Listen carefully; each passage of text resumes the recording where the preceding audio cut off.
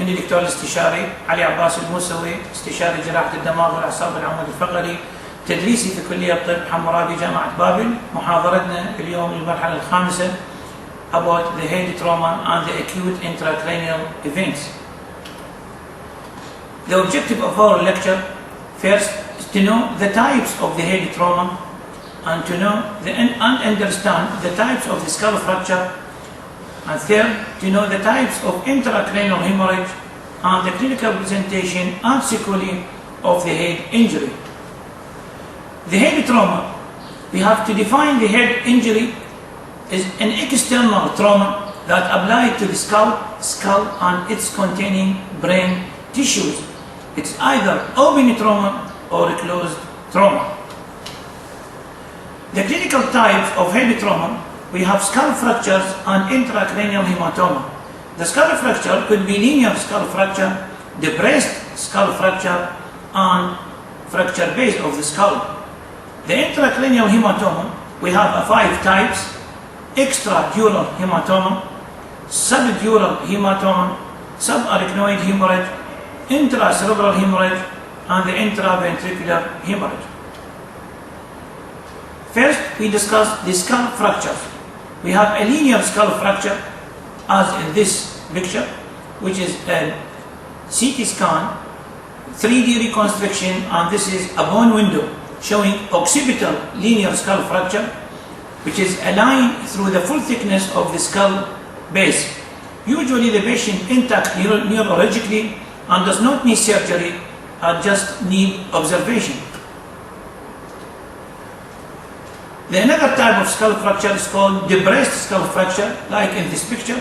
We have the right frontal bone depression with underlying subdural hematoma. Also we have subarachnoid hemorrhage, and we have air inside the brain, which is called EROC.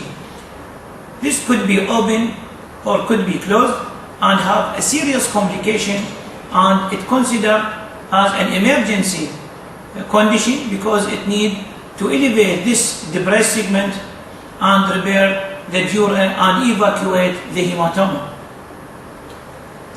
We have basilar skull fractures. In this type, we have anterior basilar skull fracture and middle cranial basilar skull fracture. The clinical features include epistaxis, rhinorrhea, otorrhea, raccoon eye, and cranial nerve injury. The anterior cranial basilar skull fracture, like in this picture, we have raccoon eye, which is a bluish or ecchymotic swelling around the orbit. We have subconjunctival hemorrhage, anosmia due to the damage to the olfactory nerve, and the patient also have dribbling of the CSF, which is called CSF rhinorrhea. Regarding the middle cranial fossa fracture, we have battle sign. This is bluish ecchymotic discoloration behind the auricle. We have CSF leak from the ear, which is called CSF otorrhea. We have the cranial nerve 7th and 8th involvement, and also we have hemotympanum because of middle basilar skull fracture. In this picture, we have a bilateral raccoon eye, which is called due to the similarity to the animal's raccoon, which has a bluish discoloration about the orbit. In this figure, we have the base of the skull, we have anterior basilar skull fracture in the floor of the anterior fossa, and we have middle basilar skull fracture, and we have obvious CSF discharge from the ear, which is called CSF otorrhea, and from the nose, which is called CSF rhinorrhea. The second important topics, we have the intracranial hematoma. The first one is extradural hematoma. Appear as a hyperdense biconvex lens-like shape due to the damage to the middle meningeal vessels, sometimes due to fracture of skull, and it could be temporal or frontal, and the patient has a lucid interval, and in this condition the patient needs surgical emergency to decompress the brain and evacuate the hematoma. In this picture we have frontal extradural hematoma compressing the brain, and in this condition we have parietal extradural causing midline shift, and in both conditions the patient needs urgent surgical evacuation by craniotomy surgery. Another hemorrhage is called subdural hematoma. The subdural hematoma is bleeding in the subdural space due to damage to the bridging vessels in the subdural space and with cortical brain laceration.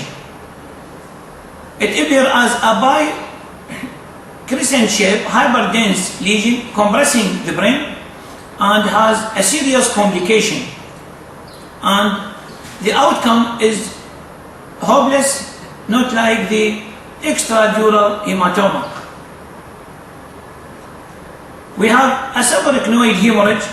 In this condition, the sulci and the gyri of the brain filled with blood, and sometimes the subarachnoid hemorrhage occurs due to the spontaneous rupture of cerebral aneurysm or AVM, causing a meningism and occipital headache. And the traumatic one, it needs just supportive conservative treatment. We have another type of intracranial hemorrhage. It's called intracerebral hematoma inside the brain due to damage to the cerebral blood vessels. It could be large, compressing the brain, causing midline shift, and could be small, and the patient was conscious. If the patient was unconscious with large one, this needs surgical evacuation, and if the patient was conscious and has a small intracerebral hematoma, this is for conservative treatment. The last intracranial hemorrhage is called intraventricular hemorrhage. The intraventricular hemorrhage is bleeding inside the ventricular system due to the damage to the choroid plexus of the ventricular system and the bleeding within the ventricle. And in this condition, if the patient was conscious and have minimal intraventricular hemorrhage, this will need conservative treatment. But if the patient was unconscious, having diffuse intraventricular hemorrhage, like in this case, this mandate admission to the hospital, doing surgical aspiration of the hemorrhage by what's called external drainage system, which remain in the patient for 10 days till the clearance of the bloody CSF to become a clear colorless fluid, and after that we have to remove the ventricular drain. The clinical representation and sequelae in the head injury. Firstly, we have a vital sign disturbance regarding the blood pressure, pulse rate, respiratory rate, and temperature. The patient may have hypertension, may have a bradycardia with irregular breathing. This indicates that the patient has a raised ICB, and this is called a Cushing triad or Cushing reflex, and occurring when the ICB has been raised. The conscious level, we have to assess the conscious level by what is called the Glasgow Coma Scale. This assesses the degree of the consciousness for the unconscious patient by the motor response, eye response, and the verbal response. And if the Glasgow of the patient was 8 and below, this mandate endotracheal intubation and ventilator, and consider severe type of head injury. The Glasgow Coma Scale of 15 indicate the patient was conscious, and if the Glasgow was 3, the patient is in case of brain death. Intracranial hypertension, also there is a sign and symptom of raised ICB, that indicate the patient, as I said previously, has a hypertension, bradycardia with irregular breathing, and sometimes we need assisted breathing by ventilatory support, what's called by artificial ventilation. Pupillary examination is also very important in trauma patient. You have to check for the size and the light reflex. Sometimes the patient has light reflex diminish, and sometimes the patient has pupillary dilatation, and the pupillary dilatation because of the damage to the third nerve by pressure from the extradural or subdural, which need urgent evacuation. Cranial nerve palsy. We have abducent nerve palsy.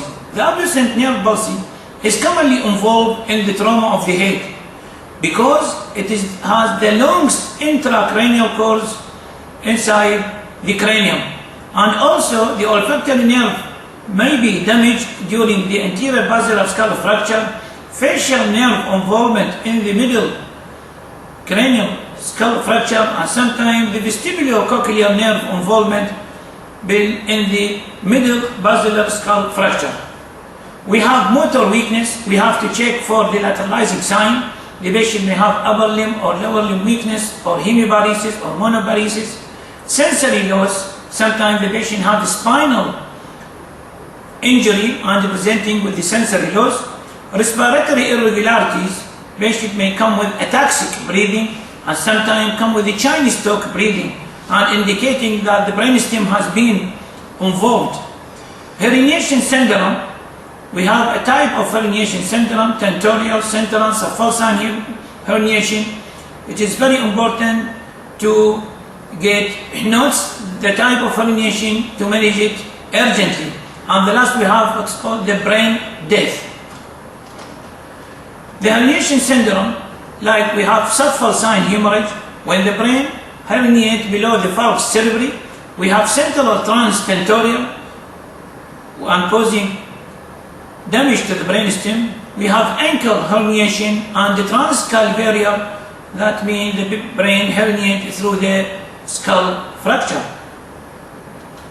And thank you.